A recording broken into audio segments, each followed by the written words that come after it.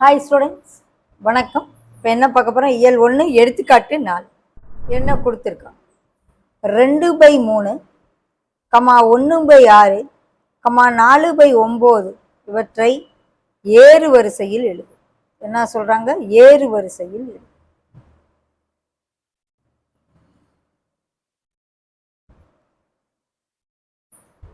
அப்போ ஏறு வரிசை எழுதுக அப்படின்னு சொன்னால், ஏறு வரிசையிலோ அல்லது இறங்கு வரிசையிலோ எழுதுக அப்படின்னு சொன்னால், எது ஃபஸ்ட்டு சிறுசு, அதுக்கடுத்து சிறுசு எது, அதுக்கடுத்து அப்படி பார்த்து எழுதும்.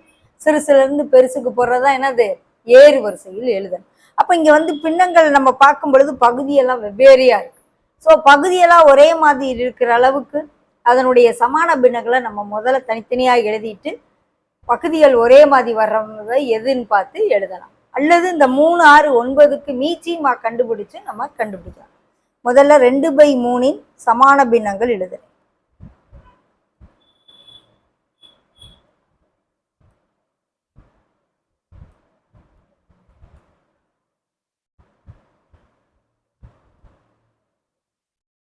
ரெண்டால பெருக்குனா 2 4 2 6. அடுத்து 3ஆல மேலைங்கிலையும் பெருக்கி எழுதுவோம். மேலைங்கிலையும் 3ஆல பெருக்குனா 2 6 3 9. அடுத்து 4ஆல,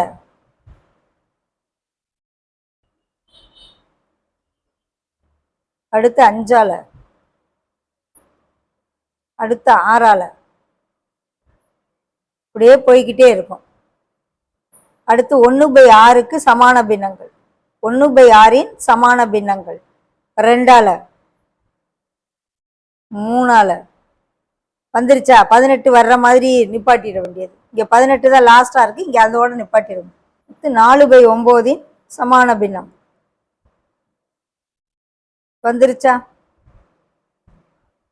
இந்த 12/18, 3/18, 8/18 அந்த 18 பகுதி ஒரே மாதிரி இருக்கிறத எடுத்து கம்பேர் பண்ணிப்பார். 12/18, 8/18, 3/18 இருக்கிறதுலே இது பகுதி எல்லாம் ஒரே மாதிரி ஆக்கிட்டோம்னா தொகுதியை பார்க்கணும். இது சிறுசு, இது அதை விட பெருசு, இது அதை விட பெருசு. ஓகே, அப்போ இதுதானே இருக்கிறதுலே சிறுசு, இதை விட இது பெருசு, இதை விட இது பெருசு. அப்போ ஏறு வரிசையில் எழுத சொல்கிறாங்க.